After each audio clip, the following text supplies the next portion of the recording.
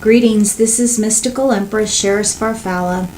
Today I wanted to do a video, and it's going to be a little complicated because I'm using two computers to get this filmed. But I wanted to do a video before I go meet with this couple who's getting married either in 2019 or 2020. They hired me to do an electional astrology chart for them, and after going through 86 dates, I think I've come up with 6 dates for them to choose from. And the instructions they gave me were not, real effusive. They were pretty limited. They just said they wanted to get married in the summer or fall. And I had a window from about summer 2019 through December of 2020. And although I took into consideration what they said, also they wanted it preferably Saturday. And with all the knowledge I've gathered between astrology, numerology, phases of the moon,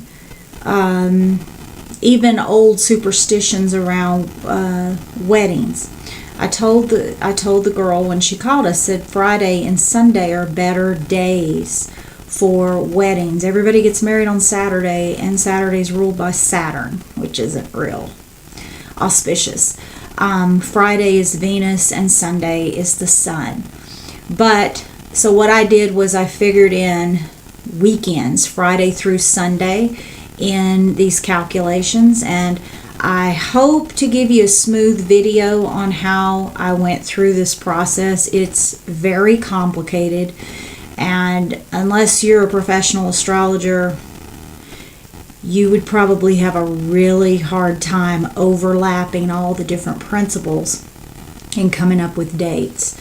I went through this for my own wedding date back in 2015, and I did my best on these dates for her, my best as far as what I considered auspicious wedding dates that covered all the points: fertility, stability, longevity, happiness. And like I said, I will go through how I came up with this information, and hopefully you can learn something from this video.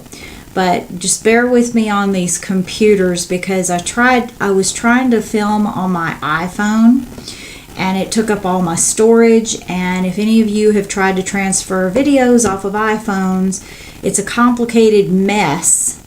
And I blew up my computer a couple of months ago, and I'm operating on a cheap computer, a cheap standby right now. I can't upload iTunes to it because you have to have iTunes to get video out of your iPhone. Unlike the Androids, where you just stick a little SanDisk card in there and you get it out and you put it on the computer. So anyway, it's kind of a complicated mess here, but I'm going to do my best to give you this information, because it's very enlightening and you'll enjoy it if you don't get too weighed down in the complication of it. So hang on just a second so I can adjust everything, so I can show you the screen on the other computer of the astrology charts I'm working on, or was working on.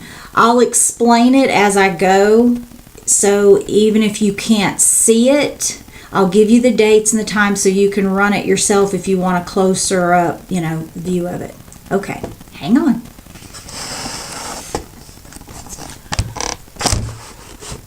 All right. So the first thing I did when I was considering these dates, or any dates, because she didn't give me specific dates, but that was okay, because chances are specific dates I probably would not have been able to get good matches for, because they are very few and far between. Like I said, I went through 86 possible dates in a year and a half, and I only came up with 6. Now, let me give you some of the rules for running the dates and trying to figure this out. And this not only goes for wedding charts, it also goes for opening a business, starting an important venture. You can even do electional charts for, going on a diet or starting a training program. But for the weddings, we have specific rules that we go by. Now, in electional charts, the ascendant sign, which is the time of the occasion, gives a lot of information about the event, the longevity of the event, what you expect the event to accomplish. Second is the moon. The moon's the most important thing when you're running an electional chart. And not only the moon's sign, but the cycle or the phase of the lunar growth or, diminishment. When you're doing something you really want to last, you want to look at the waxing phase of the moon, which is 2 weeks a month. It's after the new moon, a good 12 hours after the new moon, and all the way up until, I would say, a day before the full moon. You don't want to have something on exactly the new moon or exactly the full moon. So, okay, we've already whittled down a lot here. We're looking at Friday through Sunday. We're looking at, I'm not even worried about the seasons at the moment. We're not even going to worry about that because that just is going to fall into place. But we're looking at Friday through Sunday from about May 2019 through December 20. I don't know why these lines are popping up here. That's why I'm going to give you the exact data so you can run it on your own computer if this aggravates you.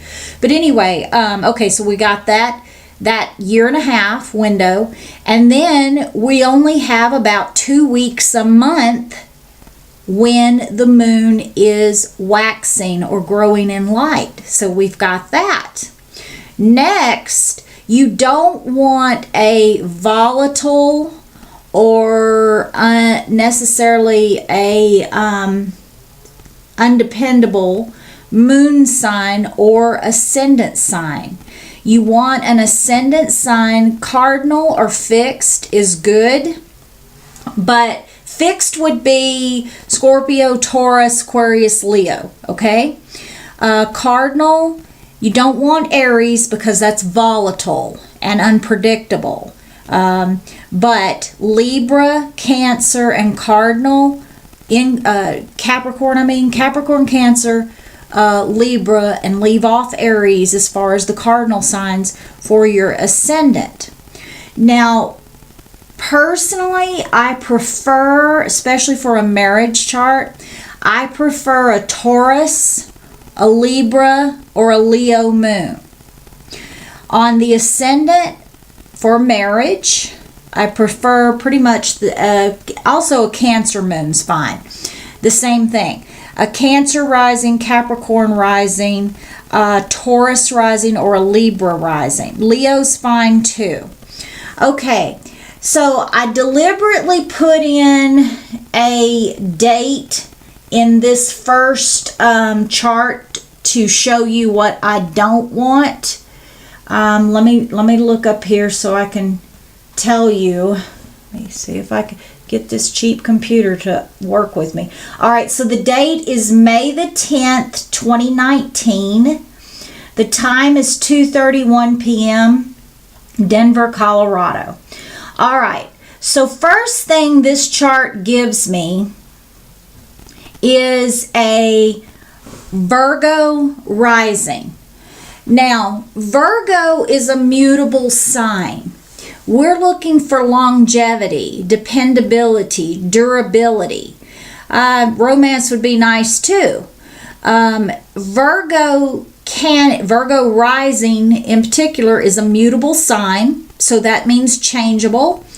And Virgo can tend towards finicky and criticism. We're not wanting that energy on this marriage. So that's the first problem with this time. Now let's look over here at the date, which gives us the planetary positions. All right, so we have Taurus sun at 19 degrees. Ideally, you like to get the sun and moon in harmony because that's the couple. Also, Venus and Mars, sexuality and affection and the couple. All right. The interesting thing about electional astrology, unlike natal astrology, you're not looking at all the aspects. In natal astrology, you're calculating degrees and, 6 degrees to 10 degrees. If there's a difference of that, then we have an aspect. In electional astrology, you're looking at applying degrees. So it doesn't really matter how far the degrees are off, as long as the planet doesn't change signs before the aspect occurs. So let me try to explain this. Applying means the planet you're looking at will be moving towards the other planet to make an aspect. So let's say we've got 10 degrees Taurus moon and 8 degrees Capricorn Venus. In natal astrology, that would be considered a trine between the two of them. However, if we're looking at the moon, and the moon moves really fast, it moves faster than any of the planets. If we're looking at the moon has moved out of applying aspect to that Venus, and now it's on its way to other aspects, okay? The moon is really, really, really important in electional astrologies. And if the moon's not working, it doesn't matter how great the chart is, you just have to toss it. So with this chart, we've got, what did I say? 19 degrees Taurus sun, 4 degree Leo moon. Now, Leo and Taurus square each other. If that sun had been 1 degree Taurus and the moon was, say, 10 degrees Leo, we wouldn't even have to worry about that square because it's not applying. But in this case, that moon is applying because it's 4 degrees. So it's moving towards the square. I hope I'm making that clear. So this isn't good. This is not good that this is, we've got potential for problem. All right, the next thing I don't really like is this Neptune over here in the 7th house. All right, we got Chiron and Neptune. Chiron is wounding, Neptune's confusion, even deception. I got double jointed fingers, by the way, if anybody's wondering about my index finger. People have been talking about it ever since I was a kid. But the Neptune there, I would rather see that somewhere else. That's not necessary. And Mars up here, Mars, Neptune in angular houses, we can do better than that. Okay, let me change the date. I'm going to give you a date that I think one of my favorite dates that I came up in these calculations. Give me just a second to do the editing, and we'll come right back. Just to show you, these are all my notes I had to take before I ran the first chart. Up here, I've got the dates for the new moon to full moon 2-week cycles. Over here, I had to write the Mercury retrograde cycle. You do not want Mercury. I had one perfect date in November. I was so proud of myself. And then I looked over and it was Mercury retrograde. You definitely do not want to start a marriage in Mercury retrograde. And that's assuming the wedding would even take place. It would probably not. But it wouldn't be a good situation. Next, I had to look for Venus retrogrades. Where are those at? Because I didn't want to get any dates in there. Fortunately, there were none in 19. There was only one little 2 or 3 week segment in 2020.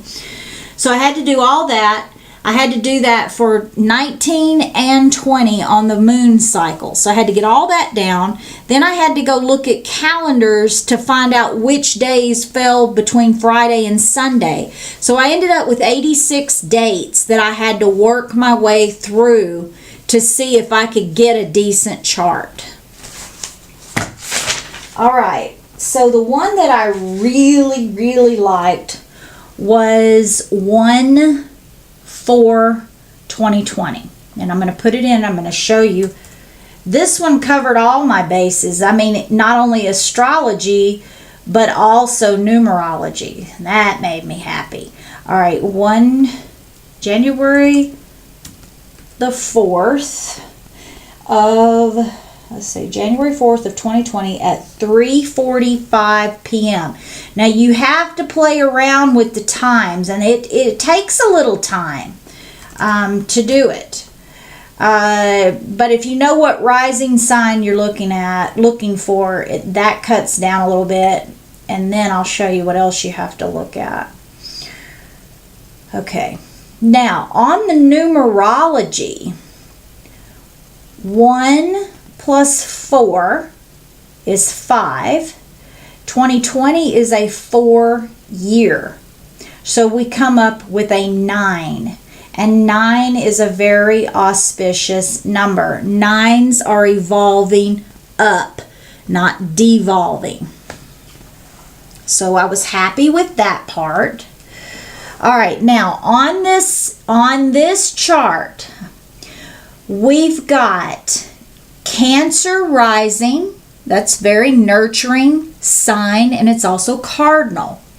We've got the moon in Taurus, okay? Now, you see that moon sitting there next to Uranus. That's, you're like, but it's not applying. Uranus is at 2 degrees. The moon is at 3 degrees in Taurus. So it's moving away. All right. Now, that is a little unstable. Okay, and we've got other dates that can, that look great too. But I like this one because of the numerology edition. And on these electional charts, we want to look at these angles, 1, 4, 7, and 10. Okay, now 1 and 7 are particularly important because that's really indicative of the partnership. These others are more, external things. The home life, the public life. We really want to get this couple, 1 and 7, lined up. All right. The only time you really need to worry about your north node, nodes aren't important in electional, but the north node is lucky. So if you just happen to get it in 1 or 7, that shows luck, and it's in the first house.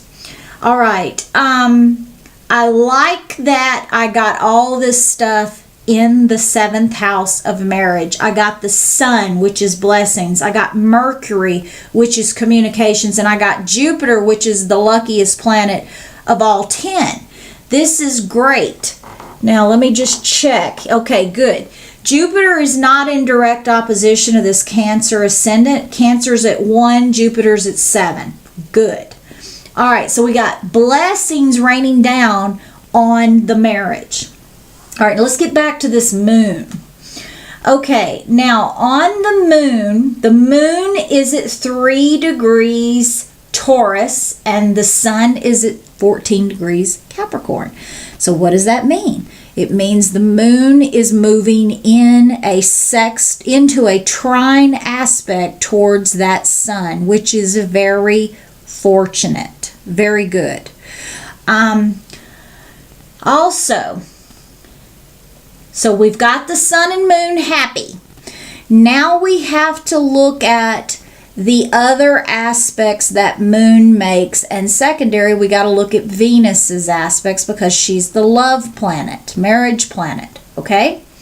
All right, let me say this too. Yeah. Here is another additional point that It's kind of hard to do, but if you can pull it off in a chart, you're doing great. Is getting the ruler of the ascendant and the 7th house descendant in alignment. The ruler of this chart is the moon because it's Cancer rising. The descendant is Capricorn, which is Saturn. Boy, we got lucky on this one. The moon is at 3 degrees Taurus. Saturn is at 21 degrees Capricorn. The moon is moving into applying aspect, trine to the ruler of the 7th house. I told you this was a goodie. All right, next, let's look at all these aspects the moon's going to make. The moon will make a trine aspect to Mercury. One problem that we have here, and this is the thing with these electional astrologies. When you got so much good going, if you see one negative, go ahead and run the chart, put it aside, because what's going to happen is you're going to end up having to weigh out the good with the bad, because there's literally no perfect chart, okay? So we do have a problem with the moon and Venus. The moon's going to be closing in on a square to Aquarius Venus. All right, so that's a problem. But let's keep going. We've got the moon moving into a trine aspect to Jupiter, trine aspect to Saturn, sextile aspect to Neptune, and you have to look at the last aspect the moon is making before it changes signs. So that would mean before it moves into a Gemini moon, which is fast, because these moons change signs every 2.5 days. But we're talking progressions, not necessarily real time here. You're looking at progressions because each year is like, or each day after, what are we looking at? What did I say this day was? The 4th. Each day after the 4th is a year in progression. I'm not going to go down that path. That's too complicated. But anyway, you've got to look at, is your moon going to make a positive aspect before it changes signs? Right before the moon changes signs, it goes into void of course, and that means it's not aspecting anything else. You don't want your moon to not have another aspect before it goes void of course. So what does that mean? If it's easier for that to happen if the moon is in the latter degrees of a sign, because then your chances of it not aspecting anything else are, pretty high. But with this young of a moon in Taurus, we've got all kinds of aspects coming up for her. And the last aspect, we've got 21 degrees Saturn, Capricorn, and 22 degrees Pluto. So that 22 degrees will be the last aspect. But I'm not happy about that Venus is 19 degrees. So it's going to be squaring Venus right before it gets into that harmonious trine to Pluto and Saturn. Okay, I want to go back to this Moon Uranus thing up here. I asked for the couple's natal astrology information just so I could look at the aspects that they have going on now, like transits, progressions. Well, the bride literally has Uranus transiting her 7th house, which is not the most ideal time to get married, because Uranus promises lots of sudden changes and events, and it stays in a house about 7 years. And I don't think it's been in her 7th house, but about 2 years. So she's got a long time. So there could be a lot of surprising things that happen in this marriage. And I wanted to bring that up because this Moon Uranus connection here, even though the moon is moving away, that kind of reflects her 7th house transit right now. Okay, so just wanted to cover that. Let me think if there's anything else here that I want to say. I had Neptune in the 10th house in this. Like I said, I'd like to not have Uranus, Saturn, Neptune, Pluto, or Mars in an angular house. But 1st and 7th house is top priority. 10th and 4th, not quite as problematic. Okay? Those are considered the detriment planets, which means they can bring some negativity. So, and I hope I said Uranus in there. Uranus, Saturn, wait, let me say it again. Uranus, Saturn, Neptune, Pluto, Mars.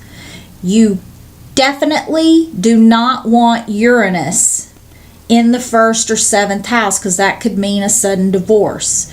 You definitely don't want Saturn or Mars in the 7th house, because that's going to be really heavy energy, could be pretty explosive or even confrontational. So we try to get just a lot of fighting with the Mars, and the Saturn is very, very heavy. Now, if we were doing a business, Saturn on an angle wouldn't be so problematic, but on a wedding, we want to do what we can to get that out of there. All right, let me go to another one. Let me change the dates real quick. There's a lot of things that you have to remember when you're doing these electional charts.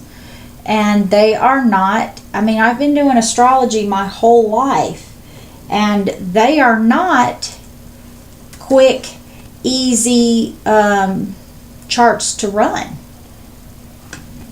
But I love a challenge, and they're fascinating to do. They just take a while to do them.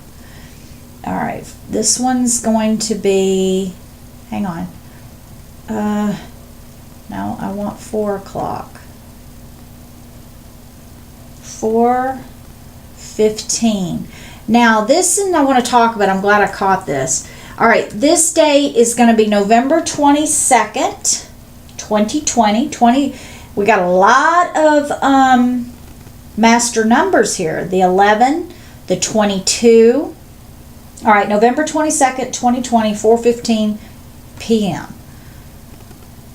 All right, now the numerology on this one actually adds up to a 37, which is a lucky compound number. So I was happy about that. All right, the next thing, let's see. Now this one I stepped out of my typical moon signs and went with a Pisces moon sign, and I'll tell you why I did that. Both of these people are Pisces. Both of them were born on the same day, 2 years I think apart, in the same state, not the same city. And funny enough, both of their charts have Capricorn, the bride's Capricorn stellium, the groom is Capricorn signature, or either reverse that, I can't remember exactly. So they have a lot, they're both Pisces, but they have a lot of Capricorn energy, and these dates or these years that they're looking at is heavy in Capricorn energy, so that will be comfortable for them. All right, so here we go. We got Sun at 1 degree Sagittarius, Moon at 9 degree Pisces. All right, so if you were in a natal chart, that is square. But the Moon is in a pline aspect away from that Sun, okay? You gotta keep that part in your mind. The applying aspects. All right, what ascendant? I got Taurus ascendant, lovely. If you've ever been around a Taurus ascendant person, you would just love them because they're so easygoing. Being in their presence is very calming. But this is a very solid, stable ascendant for this. Excuse me. All right. Again, we have the North Node in the first house. We have the Sun in the 7th house. Happy, happy, happy. Another idea or rule that we like to, if at all possible, remember, a lot of this stuff is darn near impossible when you start figuring everything out. We like to keep those heavy planets below the horizon. We like to keep Saturn, Uranus, Pluto, and Neptune below the horizon, if at all possible, which in many cases it has been possible in these charts, but this one it was not. Sun, Venus, Moon, Jupiter above the horizon. Well, we got everybody above the horizon. Venus is down here in the 6th house. Mercury's down there. But, you know, that's not a do or die situation. It's not a deal breaker. Okay, so this 9-degree moon is coming to Pisces moon. Will be making a trine aspect to Scorpio Mercury. We don't have any connection between Venus and Mars because we got Scorpio and Aries there. The moon will also sextile Jupiter, Saturn. It will conjunct Neptune, and it will sextile Pluto eventually. All right, while I'm thinking about this, before I lose it, let me say this. On the time, here's one more rule to make things more complicated for you. On the time, I try my best, and this is according to old wedding folklore, I try my best to get the time of the wedding when the clock hand is going up, not down. What time do most people get married? The top of the hour. And guess what? By the time the vows are said, the hand's moving down. Moving down's decreasing. Moving up is increasing. It's very similar to that moon growing in light. Okay? So with my charts, there's some odd timing, and I just kind of chuckle to myself thinking about this couple explaining it to all the guests. This is why we're getting married at 3:48, or whatever. All right. Okay, so we don't have any problems in any angles. We've got these detriments safely out of harm's way. And we've got the Taurus ascendant. Let me look and see if I pulled it off. I did pull it off. No? Well, yeah. Okay, Taurus, the ruler of the chart's Venus. The descendant's Pluto, which is Scorpio's planet. Venus is at 1 degree Scorpio. She is going into a applying aspect to this 23 degree Pluto in Capricorn. And I know she will make it because that Pluto Capricorn will be there for a few years. So Venus moves much faster than Pluto. So she's going to gain ground and catch up with it. Okay? All right, let me give you another date. So we've done 11/22 and we've done 1/4. Now let's go look at some of these others because I think we have 4 more. And I hope that I'm making this clear. It's so much information, and if you guys have any questions, just shoot me an email or either write it down in the comments. Okay, so let's see. Oh, and just one more little ironic thing about this couple. Their names are the same in the masculine form of the name he has, the feminine form of the name she has. But I don't want to say their names on here because I try to keep my couples' anonymity, keep them private. All right, so this one's going to be 11/29/2019. And the time is going to be 3:45 p.m. Let's see what we got here. All right, 11/29/2019. This was the only date I was able to get for 2019 for her, for them. All right, let's see what we got here. But yeah, I found one really, I mean, oh my God, it was a perfect day in November. I think it was November 2020. And I said, you know what? You need to go check that Mercury and make sure. And sure enough, it was Mercury retrograde. It was terrible. Okay, so on this one, back to our Capricorn moon. I'm going to stay with our Taurus rising. The Capricorn moon, we still got our sun in the 7th house, which is nice. No problems in 10th, 1st, or 4th. All right, so this Capricorn moon is at 18 degrees Capricorn. Now, this one's going to be a later degree. It misses a lot of aspects because a lot of these planets are in early degrees, but it actually only gets one aspect before it goes void of course, and the aspect is conjunct Pluto, Capricorn. Pluto's at 21 degrees Capricorn, the moon's at 18 degrees Capricorn.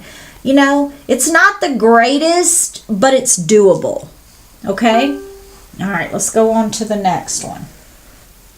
Next one's going to be March. This is their only spring date that I got. I actually got them 1, 2, 3 fall dates, 1 winter date, 1 spring date. I was not able to get, 2 winter dates. I was not able to get a summer date in these years for them. And that's literally going through every possible day. And I couldn't get it. I even looked at Hindu wedding dates to try to overlap as if my job wasn't hard enough. And because I'm just like that, I like to cover every base. But absolutely could not get any of the Hindu wedding dates to overlap with the Western astrology. All right, let me put this in. We're going to do 3/27, March 27th. 2020, and our time is going to be 2:55 p.m. Now you got to be on it on your time. You know, in most cases 5 minutes is not going to make a big deal, but some of these, I'll explain it to you. Some of these detriment planets are right next to the angle. And if you dilly-dally around, it's going to move into the angle before you get the nuptials said and done. So some of it can be problematic. It's typically not, but like here, good, perfect. This chart just happens to be that way. All right, March 27th, 2020, 2:55 p.m. All right. Right here in the 9th house, right on that 10th house cusp is Uranus. You do not want that getting over there. And so let's say I give them 2:55 and they go to 3:05 when they actually get everything said and done. Chances are it's going to be over there. All right. Other than that, we got the moon and Venus in the 10th house, which is fine. We've got, in this case, we got that Saturn, we got that Mars, we got that Pluto nicely tucked down below the horizon in the 6th house. Jupiter is down there. Jupiter, I've noticed in all these dates, Jupiter hangs pretty close to those guys in these dates. And so it's almost just impossible to get him in a good position without getting them in a good position. Okay. All right. Let's see what we got here. Aries sun. we've got a, that's gonna provide a lot of energy to this situation. I strayed off and got a Leo rising, no problem. The Leo, now in this marriage, this Leo is going to make them a proud couple. A lot of attention to appearances, very fiery, very passionate. All right, so let's see if we pulled this off. The sun, nope, didn't do it. Leo's ruling planet's the sun. Aquarius is Uranus. Is there a sun-Uranus connection? No, there's not. Sun's in Aries, Uranus is in Taurus. Okay, let's look. Our moon's 15 degrees Taurus. Again, Taurus moon, Cancer moon, Libra moon's really good for wedding. Capricorn moon's good too. So we got 15 degrees Taurus moon. What are we looking at? Oh, lovely. It's moving into applying aspect 23 degrees Taurus Venus. Beautiful. Also moving into trine 27 degrees Capricorn Mars. Here's another good aspect. Venus and Mars are actually trining in this chart, which is beautiful. And the good news is Venus moves faster than Mars. It's in an applying aspect to that Mars, so that's great. Hang on, let me go on down a little bit. The moon's going to sextile Neptune, and it's going to trine Pluto. And the last aspect this moon will make will be to that Mars in Capricorn. It'll be trining Mars. So this is a really nice chart. I like this one a lot. Hang on, I think I've already got it figured out. Yeah. Okay. So the number on this one's going to add up to a 16. Not my favorite number, but everything else looks great. This wedding actually it occurs on a Friday at 2:55 p.m. I don't know if she can pull that off, but Friday would definitely bless their union. Okay, let's move on to September. See what we got there. Move up. All right.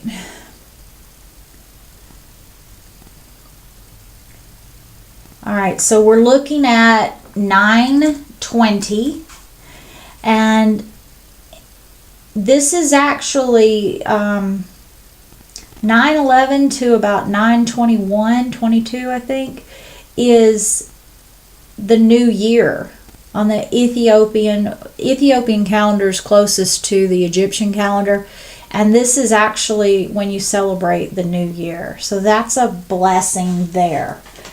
All right, 4:31 p.m. Notice, I could have said the 4:30, but I wanted the clock going up. Now 4:31, 4:35, fine. But we're going to wait for that clock to start going up, the clock hand to start going up. All right, 9:20, 4:31 p.m. This one's on a Sunday, which is also a very blessed day. Now this was interesting because this really got out of my typical planets that I choose. But, wanted to spice it up a little bit and see what I could come up with. Okay, so on this one, we do have a fixed ascendant, but it's Aquarius. Also, our moon is in Scorpio. Now, since these two are Pisces, I figured they would flow fine with the Scorpio moon, even though it's pretty intense. All right, see, we just were barely getting that Saturn, Pluto, and Jupiter, Jupiter wasn't a problem, but the Saturn especially, and Pluto out of that first house angle. That's why I'm saying these times are important to follow. Venus is in the 7th house. Beautiful, beautiful for the wedding, for the marriage. All right, we got the Aquarius rising, Scorpio moon, Virgo sun, The moon is moving. Moon is 17 degrees Scorpio. Sun is 28. It may catch up with that sun before the sun goes into Libra to make an applying sextile aspect. All right. Next, Venus is at 16 degrees Leo. Mars is at 27 degrees Mars. She's moving towards a trine to Mars, which is good. She may be able to catch him before he moves out of Aries. Usually Mars sticks around for a little while, so she's doing good. All right, the moon, 17 degrees Scorpio. It is in sextile to 17 degrees Capricorn Jupiter. Great, good luck. It will move into a sextile to Saturn Capricorn. That's actually going to be its last applying aspect. Also move into a trine with Neptune, romantic, idealistic, and a sextile to Pluto. So we got all that covered in this one. And what did I say? It's on a Sunday. So now let's do our last date. And I'll be meeting with this couple tonight to go over this. And, you know, if I can get this video uploaded for everybody, they will have a video explaining all this, which will be lovely. All right, 12/18. So that's December. I even ran one last night on Christmas Day for them. I said, you know, as crazy as it sounds to do this, I have literally been to a Christmas wedding before, and people do show up. All right, so 2/31, I had 2:30, but I'm going to change it, 2/31, 12/18/2020, 2:31 p.m. Now, the bride wasn't, she told me right out of the gate when she called me, she said, look, I'm not making any decisions until you get back to me with these dates. And I said, okay. So she wasn't even nailing down the exact location yet. I put it where she said it most likely will be, but if she goes, you know, any distance, like an hour or further away, we may have to tweak this stuff. Okay, so let's look at what we got here. Taurus ascendant, 24 degrees. The moon, I didn't catch this. And this is one of those little negatives. You got to weigh the pros and the cons. The moon's at 21 degrees Aquarius, sun's at 27 degrees Sagittarius. That's lovely because the moon's moving into a sextile aspect to the sun. Perfect. However, this moon will be moving into a square to that ascendant. So there's one of your negatives. All right, let's look around. We got Venus over here in the 7th house, which is great. We got the North Node in the 1st house, which is great. We got that. We got an Aquarius moon. Now, again, the Aquarian energy does add some spice. With the rising or the moon, it's going to give some unusualness, unexpectedness to the wedding, or not to the wedding, but, well, both, wedding and couple. And, you know, it may be what they need. Liven things up a little bit. Okay, moon's at 21 degrees. It's moving into sextile to the sun, sextile to Mercury, sextile to Mars. Venus is in 4 degrees Sagittarius. Mars is at 22 degrees Aries. So Venus is moving towards a trine to Mars. Great. Let's see. I want to see which one. The last applying aspect the moon will be to Mercury before it goes void, of course, and that'll be a sextile. The moon is in the 10th house. Venus is in the 7th. Those are fine. We got everything else out of the angles, which is good. And this, like I said, this is a Friday wedding. Out of all of my dates, I only got 1 or 2 Saturday weddings. The rest are Friday or Sunday. And if the public understood this heaviness about Saturday weddings, I think they would all shift away from this. Thursday would also be a great day because Thursday's ruled by Jupiter. Okay, I hope you guys got some good information out of this video, because I'm all about spreading information, knowledge. If you have any questions, like I said, shoot me an email or even just write down in the comments and I do my best to answer them. Thanks for joining me. Bye-bye.